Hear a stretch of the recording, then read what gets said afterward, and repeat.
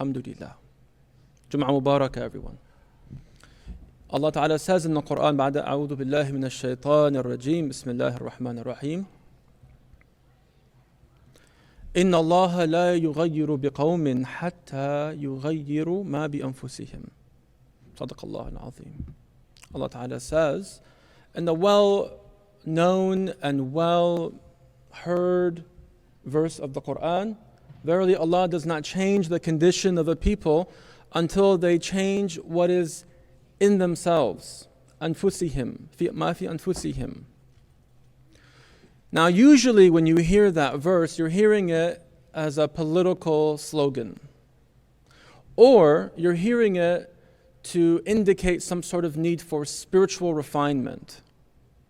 And both are true. Both have a place. There's a hikmah in applying that verse in different contexts. And those are both valid contexts. But if we're talking about human flourishing, well-being, afiyah, cultivating afiyah in our communities, cultivating afiyah in our families, cultivating afiyah within the self, such that it can be a force of good in the world, something that echoes and reverberates in the world, a world in a state of chaos. That type of cultivation needs to be inward, but not merely of the spiritual. I work with people for a living. I work as a holistic doctor, and people come to me with all sorts of ailments. You can imagine people come with joint pains, people come with gastric, intestinal complaints, people come with headaches, people come with anxiety, people come with depression. Whatever you can think of the human condition going awry, becoming imbalanced, people like me see. What is the proper approach, Islamic approach even, an Islamic medical approach or Islamic psychology approach to helping these people? It has to be one that addresses the root causes, right? We're not here interested in just placating symptoms. We're not here interested in just palliative care. How do we address the underlying issue so that you can have afiyah? There can be a type of shifa, not just a management of symptoms. We want shifa. This word is oftentimes, it's all but lost really now. You won't see or hear that word, cure. Someone that gets diagnosed, subhanallah, astaghfirullah, inna lillahi wa inna ilayhi raji'un. This is musibah. Inshallah khair, you'll be able to manage it with medication and procedures and interventions and regular diagnostics, and inshallah, Allah will purify you through it and you'll be in Jannah. Where is the path for actual healing? Where is the spirit of our tradition where we can draw on the resources, on the wisdom, the hikmah of Allah Ta'ala? That's what they called the old physicians. They called them a hakim. The hakim, the wise one, the one that knew where things went, that understood the intricacy and the complexity of the human constitution, and understood the different ways that the constitution can get imbalanced, and how to apply medicines, medicaments, treatments properly, appropriately, with good dosage, to render, inshallah ta'ala, a cure by supporting the constitution, the body, by healing the mind, by nourishing the spirit, understanding that the human being is a mazj, an amalgamation, an integration of ruh and jism and nafs that works together in harmony, or tries to. We can go in this 1,000 different ways. One specific kind of channel or one specific kind of path we can take today is in mental health, what we call mental health. Ilm al-nafs, the knowledge of the nafs, the knowledge of the self. Allah Ta'ala says in the same verse, إِنَّ اللَّهَ لَا يُغَيِّرُ بِقَوْمٍ, Allah will not change the condition of a people until they change what is in their nafs. Psychology classically is ilm al-nafs, the knowledge of the nafs. How do we understand ourselves? Because a lot of people here, all of you men and women back there, God bless you, you're great people. You're people that pray the 5. You fast the 30. You give the 2.5. You go to Hajj once in your life, inshallah ta'ala, and make that big sacrifice. Financial and physical sacrifice. You're people of La ilaha illallah, Muhammadun Rasulullah, and you do your best by that. But we all also struggle in different ways. We're part of the human experience here. In dunya, in space-time, we have challenges. Mostly, for example, in our relationships, don't we? Our relationships are a challenge, especially if you're married, for example, or you're not married but you live with your parents still. These are challenges that we have. And oftentimes we are without guidance as to how to appropriately engage, heal, rectify, find resolution, find harmony, strike balance in our own families. What's the problem? Nafs. We don't know who we are. And I don't mean to tell you that you have a generic nafs, a little troll within you that makes you do ghiba and makes you do namima, backbiting and storytelling and is arrogant, whatever. You have a specific type of nafs, we all do, that is connected to your childhood, to your previous experiences, that there's some sort of continuity in your story. It's not random. Whatever you went through as a child, and we all go through all sorts and manner of challenge, of resistance, of excess, of deficiency, too muchness, too littleness, not enough love, too much rigor and control and authority, not enough touch, not enough care, not enough attentiveness. You were betrayed as a child. Whatever the case may be, we all carry the echoes of those experiences. Where? In the nafs. It's in the ego structure. It's in the nafs. Now this is a problem that we don't know about this type of thing and don't know how to understand it properly. Because does that mean that you're your ego? You're your nafs? No. You're your heart. You have a fitra that is completely unadulterated, perfect, as Allah Ta'ala designed it and created it to be. Perfect. Fitrat Allah. Allah gives it a nisbah to His own name as a tashrif of the fitra, an honoring of that fitra. Where does that fitra lie? Inside of your heart. You're a person of God. You know Allah Ta'ala. And you are well in that fitra. But we have these experiences that form the nafs, and that is the greatest challenge that we have today. And what it needs is mercy, not accountability in a vacuum of rigor, not just do DIY self-development, not watching Andrew Huberman and Lex Friedman and these podcasters and getting to these ideas about how to supplement, how to take psychedelic medicines, how to, just push through stoicism. We have the deen of Allah, which is a perfect deen. And it is what, in its quintessence, is Islamic medicine. As I like to say, what is Islamic medicine? It is Islam in its totality. Sharia, tariqah, haqiqah. The hadith of Jibril alayhi salam, Islam, Iman, Ihsan. The whole thing is a shifa. Allah is a shafi. Why don't we talk enough about healing? Everyone's walking around bleeding on the inside, and no one's talking about healing. We're talking about building structure, building organizations, building schools, building political pacts, political action networks, and mobilizing this and doing that. And that's all fine and dandy, no problem. But the problem is a problem of nufus. And no one's talking about the problem. And no one, even more than that, is bringing actual solutions. How do we cultivate the nafs? How do we heal that nafs, that part of us that's afraid, that's insecure, that's angry? I don't understand. I want to be a good person, and I go home, and then my wife says something, and then my anger, I'm like a dragon. But I can't control it. Why do I do stuff like that? Or someone asks me for something, and I can't help but say yes. I can't say no. What's that pattern about? These are subconscious patterns that we have. They're in the nafs. They form a constitution. They make us in part who we are, but they aren't actually who we are. It's the veil.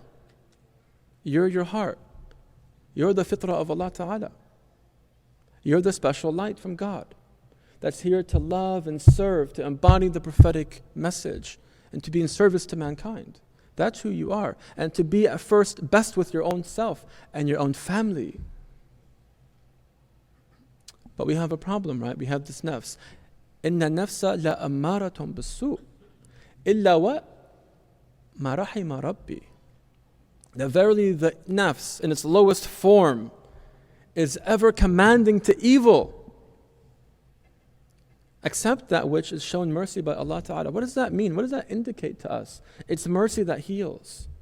We all need mercy. There's too much rigor in our families. Too much just do it energy, Nike energy. Just do it. Just force it. Get in line. You know better. I do know better. Now, can I bring that energy to that part of me that doesn't know better? Can I bring that support to that part of me that defies what I know? That betrays me and my own principles? Because I want to be whole and I want to be coherent. I want congruence within my own being. I want sidq. I want integrity, genuineness. But we have this ego. So I pray to God, Ya Allah, take away this addiction that I have. Addictions are part of the pain. It's a part of the way that we solve for pain when we don't have any support externally. So we have the addictions, and we all know our addictions. We don't have to name them.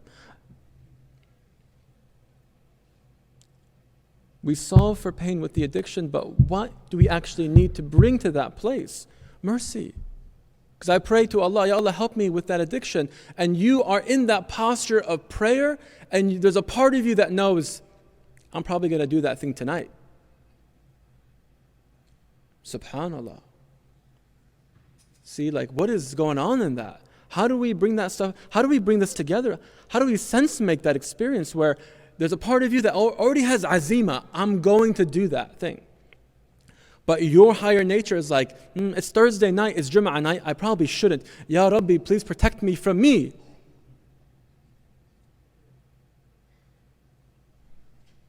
You feel me? Yeah. We need to bring the healing to that part. The part of you that already knows, alhamdulillah, it knows. Your fitra knows God, it wishes well. It only knows good and beautiful things. It's the nafs that needs to be supported. But how is that done? It's done with rahmah. The healer has to bring rahmah energy, has to bring hilm and amin, safety and gentleness. Where do you see those two qualities in the life of the Prophet sallallahu alaihi wasallam? Right in the beginning. His mother is Sayyidah Amina, and his nursemaid is Sayyidah Halima. Aman and Hilm are what the Prophet sallallahu alaihi wasallam, who was perfect as he was and sinless, nursed and imbibed the energy of early childhood, very early. This is ishara for us. This is what we need to cultivate the early stages of our own development. The Prophet ﷺ doesn't have development. He doesn't have suluk. He's perfect. Insan al-kamil. Sayyid al-khalq. Sallallahu alayhi wasallam. The best of creation. But Allah in His wisdom shows us through His own life and example what we need. At the beginning, there has to be safety and gentleness. There has to be mercy. And that doesn't always have to come by spiritual practice. And inshallah ta'ala, in the second part, I'll mention some practical reminders. أقول قولي هذا وأستغفر الله لي ولكم ولسائر المسلمين استغفروه إنه هو الغفور الرحيم. أستغفر الله.